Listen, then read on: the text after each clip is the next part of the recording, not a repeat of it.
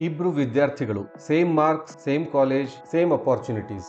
ಆದ್ರೆ 10 ವರ್ಷದ ನಂತರ ಒಬ್ಬ ಇಷ್ಟಪಡೋ ಕೆಲಸವನ್ನ ಮಾಡ್ತಾ ಇರ್ತಾನ, ಇನ್ನೊಬ್ಬ ಅತೃಪ್ತನಾಗಿ ನನಗ್ ಬೇಕಾದದ್ದು ಇದಲ್ಲ ಅಂತ ಹೇಳಿ ಸತತವಾಗಿ ಯೋಚನೆ ಮಾಡ್ತಾ ತನ್ನ ಜೀವನದಾಗ ಹಾಕೊಂಡಿರ್ತಾನ. ಇಲ್ಲಿ ಏನ್ ಬದಲಾತು?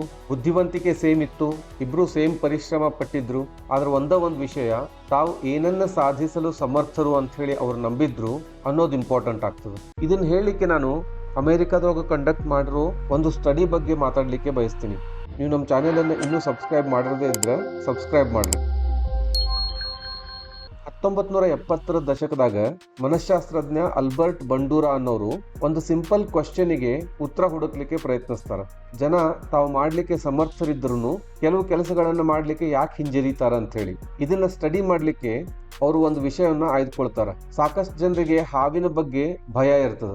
ಅವ್ರೇನ್ ಮಾಡ್ತಾರಂದ್ರೆ, ಹಾವು ಅಂದ್ರನ ಸಿಕ್ಕಾಪಟ್ಟಿ ಭಯ ಆಗುವಂತ ಜನರನ್ನ ಆಯ್ಕೆ ಮಾಡ್ಕೋತಾರ. ಹಾವು ಅಂತ ಹೇಳಿ ಕೇಳಿದ್ರನ ನಡಗ್ಲಿಕ್ಕೆ ಸ್ಟಾರ್ಟ್ ಮಾಡ್ತಾರ.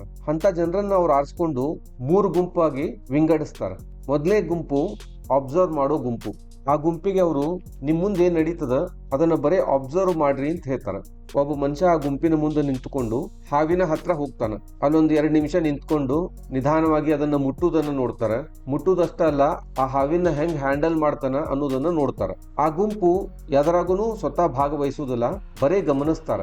2ನೇ ಗುಂಪಿಗೆ ಮಾರ್ಗದರ್ಶನದ ಜೊತೆಗೆ ಸ್ಟೆಪ್ ಬೈ ಸ್ಟೆಪ್ ಪ್ರೊಸೆಸ್ ಅದನ್ನ ನೀಡ್ಲಾಗ್ತದ. ಅಂದ್ರೆ ಅವರು ಮೊದಲಿಗೆ ದೂರದಿಂದ ನಿಂತ್ಕೊಂಡು ಹಾವು ನೋಡ್ಲಿಕ್ಕೆ ಹೇಳ್ತಾರ, ಆಮೇಲೆ ಸ್ವಲ್ಪ ಹತ್ರಕ್ಕೆ ಕರ್ಕೊಂಡು ಹೋಗ್ತಾರ, ಆಮೇಲೆ ಅದನ್ನೊಂದು ಬಡಿಗೆಯಿಂದ ಅಥವಾ ಗ್ಲೌಸ್ ಹಾಕೊಂಡು ಮುಟ್ಲಿಕ್ಕೆ ಹೇಳ್ತಾರ, ಆಮೇಲೆ ಗ್ಲೌಸ್ ತೆಗೆದು ನೇರವಾಗಿ ಮುಟ್ಲಿಕ್ಕೆ ಹೇಳ್ತಾರ, ಕೊನೆಯದಾಗಿ ಅದನ್ನ ಹ್ಯಾಂಡಲ್ ಮಾಡ್ಲಿಕ್ಕೆ ಹೇಳ್ತಾರ, ಅದನ್ನ ತಮ್ಮ ಕೈ ಮೇಲೆ ಹರಿದಾಡ್ಲಿಕ್ಕೆ ಬಿಡ್ಲಿಕ್ಕೆ ಹೇಳ್ತಾರ. ಹಿಂಗ ಅವ್ರಿಗೆ ಹಂತ ಹಂತವಾಗಿ ಹಾವಿನ ಬಗ್ಗೆ ಪರಿಚಯ ಕೊಡ್ತಾರ. 3ನೇ ಗುಂಪು ಏನಿತ್ತು, ಅವ್ರಿಗೆ ಗಮನಿಸ್ಲಿಕ್ಕೂ ಹೇಳಿಲ್ಲ ಅಥವಾ ಸ್ಟೆಪ್ ಬೈ ಸ್ಟೆಪ್ ಪ್ರೊಸೀಜರು ಹೇಳ್ಕೊಡ್ಲಿಲ್ಲ. ಅವ್ರು ಬರೇ ಒಂದು ಕ್ಲಾಸ್ ರೂಮ್ ನಲ್ಲಿ ಕೂಡಿಸಿ ಎಕ್ಸ್ಪ್ಲನೇಷನ್ ಕೊಡ್ತಾರ. ಹಾವು ಡೇಂಜರಸ್ ಅಲ್ಲ, ಅದು ಸುರಕ್ಷಿತ ಅದ, ಅವು ತಂತಾನ ನಿಮ್ಮನ್ನ ಅಟ್ಯಾಕ್ ಮಾಡುವುದಿಲ್ಲ ಅಂತೆಲ್ಲ ಹೇಳ್ತಾರ. ಅವರು ಸ್ವತಃ ಹಾವನ್ನ ನೋಡುವುದಿಲ್ಲ, ಮುಟ್ಟುದಂತೂ ದೂರದ ಮಾತು. ಈ ಸ್ಟಡಿ ಆದ್ಮೇಲೆ ಅಲ್ಬರ್ಟಾ ಬಂಡೂರ್ ಅವರು ನಿಮ್ಗೆ ಏನೇನ್ ಅನಿಸ್ತು ಅಂತ ಹೇಳಿ ಇಂಡಿವಿಜುವಲ್ ಆಗಿ ಯಾರಿಗೂ ಕೇಳಲಿಲ್ಲ. ಆದ್ರೆ ಈ 3 ಗುಂಪಿಗೆ ಹಾವಿನ ಹತ್ರ ಹೋಗಿ ಹಾವನ್ನ ಹ್ಯಾಂಡಲ್ ಮಾಡ್ಲಿಕ್ಕೆ ಹೇಳಿದಾಗ ಅವ್ರೇನ್ ಮಾಡ್ತಾರ ಅನ್ನೋದನ್ನ ಬಂಡೂರಾ ಅವರು ಗಮನಿಸ್ತಾರ. ಮೊದಲೇ ಗುಂಪು ಯಾವ್ದು ಅಬ್ಸರ್ವ್ ಮಾಡಿತ್ತು ಅದೊಂದು 10% ಇಂಪ್ರೂವ್ಮೆಂಟ್ ತೋರಿಸ್ತದೆ. ಅವ್ರು ಹಾವಿನ ಹತ್ರ ಹೋಗ್ತಾರ, ಮುಟ್ಲಿಕ್ಕೆ ಪ್ರಯತ್ನ ಮಾಡ್ತಾರ, ಆದ್ರೆ ಅವರು ಸಾಕಷ್ಟು ಯಶಸ್ವಿ ಆಗುದಿಲ್ಲ. 3ನೇ ಗುಂಪು ಯಾರಿಗೆ ಬರೀ ಕ್ಲಾಸ್ ರೂಮ್ ನಾಗ ಕೂಡಿಸಿ ಹೇಳಿದ್ರು ಹಾವು ಸುರಕ್ಷಿತದ, ಅದೇನೂ ಮಾಡುದಿಲ್ಲ, ಅವ್ರೊಳಗಿರೋ ಭಯ ಇನ್ನೂ ಹೋಗಿರ್ಲಿಲ್ಲ, ಅವ್ರ ಹಾವನ್ನ ಮುಟ್ಲೇ ಇಲ್ಲ. ಆದ್ರೆ 2ನೇ ಗುಂಪು ಯಾರಿಗೆ ಸ್ಟೆಪ್ ಬೈ ಸ್ಟೆಪ್ ಪ್ರೊಸೀಜರ್ ಕೊಡ್ಲಾಗಿತ್ತು, ಅವರು ನಿಧಾನವಾಗಿ ಹಾವಿನ ಹತ್ರ ಹೋಗಿ ಆ ಗುಂಪಿನ ಹಲವಾರು ಜನರು ಆಕ್ಚುಲ್ ಆಗಿ ಹಾವನ್ನ ಹ್ಯಾಂಡಲ್ ಮಾಡ್ತಾರೆ. ಅವ್ರಿಗೆ ಹಾವಿನ ಬಗ್ಗೆ ಭಯ ಆಲ್ಮೋಸ್ಟ್ ಹೋಗ್ಬಿಟ್ಟಿರ್ತದ. ಸೊ ಇಲ್ಲೇನ್ ಅಬ್ಸರ್ವ್ ಮಾಡ್ತಾರಂದ್ರ, ಯಾರಿಗೆ ಸ್ಟೆಪ್ ಬೈ ಸ್ಟೆಪ್ ಎಕ್ಸ್ಪೀರಿಯನ್ಸ್ ಕೊಡ್ತಾರ ಅವ್ರ ಆತ್ಮವಿಶ್ವಾಸವನ್ನ ಇವರು ಹೆಚ್ಚಿಸ್ತಾರ.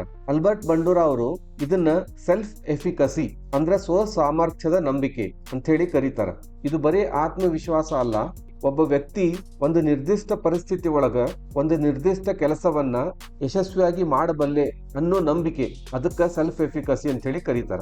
ಮನುಷ್ಯರು ತಾರ್ಕಿಕವಾಗಿ ಏನನ್ನಾದ್ರೂ ಅರ್ಥ ಮಾಡ್ಕೋಬಹುದು, ಆದ್ರೆ ಅವರು ನಾ ಇದನ್ನ ಮಾಡಬಲ್ಲೆ ಅಂತ ಹೇಳಿ ನಂಬದೇ ಇದ್ರ ಅದನ್ನ ಅವ್ರಿಗೆ ಆಕ್ಚುಲಿ ಮಾಡ್ಲಿಕ್ಕೆ ಸಾಧ್ಯ ಆಗುದಿಲ್ಲ. ಈ ಸ್ಟಡಿ ಬರೀ ಅಮೆರಿಕಾದಾಗಲ್ಲ, ಇಡೀ ಪ್ರಪಂಚದಾಗ ಸಾಕಷ್ಟು ಮನ್ನಣೆ ಪಡೀತು. ಇದು ಯಾವ ಸತ್ಯವನ್ನ ಜನರ ಮುಂದೆ ಇಟ್ಟು ಅಂತಂದ್ರ, ನಿಮ್ಮ ನಿಜವಾದ ಸಾಮರ್ಥ್ಯದ ಮೇಲೆ ನಿಮ್ಮ ನಿರ್ಧಾರಗಳು ಆಧಾರಿತ ಆಗಿರುವುದಿಲ್ಲ, ಆದ್ರೆ ನಿಮ್ಮ ಸಾಮರ್ಥ್ಯದ ಮೇಲೆ ನಿಮ್ಮ ನಂಬಿಕೆ ಅದನ್ನೋ ಇಲ್ಲೋ ಅದರ ಮೇಲೆ ನಿಮ್ಮ ಯಶಸ್ಸು ಅವಲಂಬನ ಆಗಿರ್ತದೆ.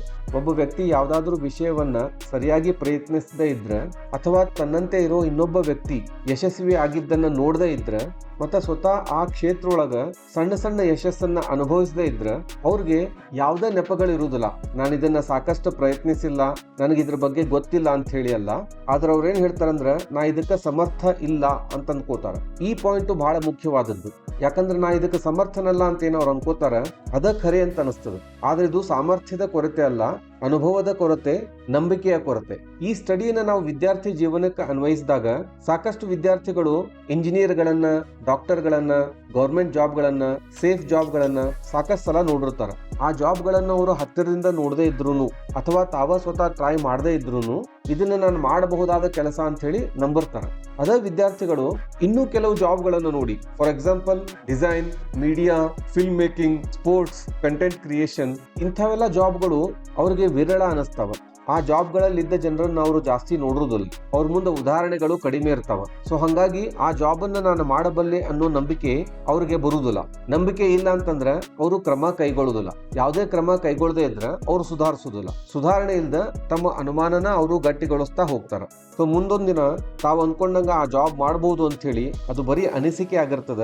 ಹಂಗಾಗಿ ಆ ಜಾಬ್ನಾಗ ಅವರು ಫೇಲು ಆಗ್ಬಹುದು, ಇಲ್ಲ 10-15 ವರ್ಷ ಆದ್ಮೇಲೆ ಆ ಜಾಬ್ ಒಳಗ ಅನ್ಸ್ಯಾಟಿಸ್ಫೈಡ್ ಆಗ್ಬಹುದು. ಸೊ ಅದನ್ನ ಲ್ಯಾಕ್ ಆಫ್ ಸೆಲ್ಫ್ ಎಫಿಕಸಿ ಅಂತ ಹೇಳಿ ಕರೀತಾರ.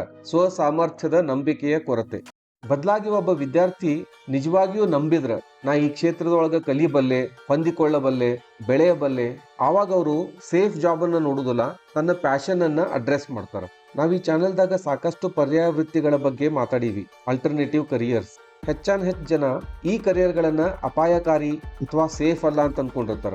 ಯಾಕಂದ್ರ ಅವ್ರಿಗೆ ನಂಬಿಕೆಯ ಕೊರತೆ ಇರ್ತದೆ. ವಿದ್ಯಾರ್ಥಿಗಳು ಇದನ್ನ ಸಾಕಷ್ಟು ಪ್ರಯತ್ನಿಸಿರುವುದಿಲ್ಲ, ಸ್ಪಷ್ಟ ಉದಾಹರಣೆಗಳನ್ನ ನೋಡುವುದಿಲ್ಲ, ಆಮೇಲೆ ತಾವು ಯಶಸ್ವಿ ಆಗಬಹುದು ಅಂತ ಹೇಳಿ ನಂಬುದಿಲ್ಲ. ಸೊ ಹಂಗಾಗಿ ಅವ್ರು ತಗೋ ಡಿಸಿಷನ್ ನಾನು ಇದಕ್ಕೆ ಟ್ರೈ ಮಾಡುದಿಲ್ಲ, ಯಾಕಂದ್ರೆ ಇದ್ರಾಗ ನಾನು ಸಮರ್ಥನಲ್ಲ ಅಂತ ಹೇಳಿ. ಆದ್ರೆ ಅದ ವಿದ್ಯಾರ್ಥಿಗಳಿಗೆ ಸಣ್ಣ ಸಣ್ಣ ಮಾರ್ಗದರ್ಶನ, ಅನುಭವ ಅವೈಲೇಬಲ್ ಇದ್ರ, ತಾವ ಸ್ವತಃ ಟ್ರೈ ಮಾಡಿ ಕೆಲವೊಂದು ಯಶಸ್ಸುಗಳನ್ನ ಅವರು ಕಂಡಿದ್ರ, ಆಮೇಲೆ ತಮಗೆ ಇಂಟ್ರೆಸ್ಟ್ ಇದ್ದದ ಜಾಬ್ ಒಳಗ ಯಾರ್ಯಾರು ಸಕ್ಸಸ್ಫುಲ್ ಆಗ್ಯಾರ ಅಂಥವ್ರನ್ನ ಇವರು ಸ್ಟಡಿ ಮಾಡಿದ್ರ ಸ್ವಲ್ಪ ನಂಬಿಕೆ ಬರ್ಲಿಕ್ಕೆ ಸ್ಟಾರ್ಟ್ ಆಗ್ತದೆ. ನಿಜವಾದ ಸಮಸ್ಯೆ ಅಂದ್ರೆ ವಿದ್ಯಾರ್ಥಿಗಳ ಒಳಗ ಪ್ರತಿಭೆಯ ಕೊರತೆ ಇರುವುದಿಲ್ಲ, ಆದ್ರೆ ಅವ್ರಿಗೆ ಪ್ರಯತ್ನಿಸ್ಲಿಕ್ಕೆ ಬ್ಯಾಡ್ ಆಗಿರ್ತದ.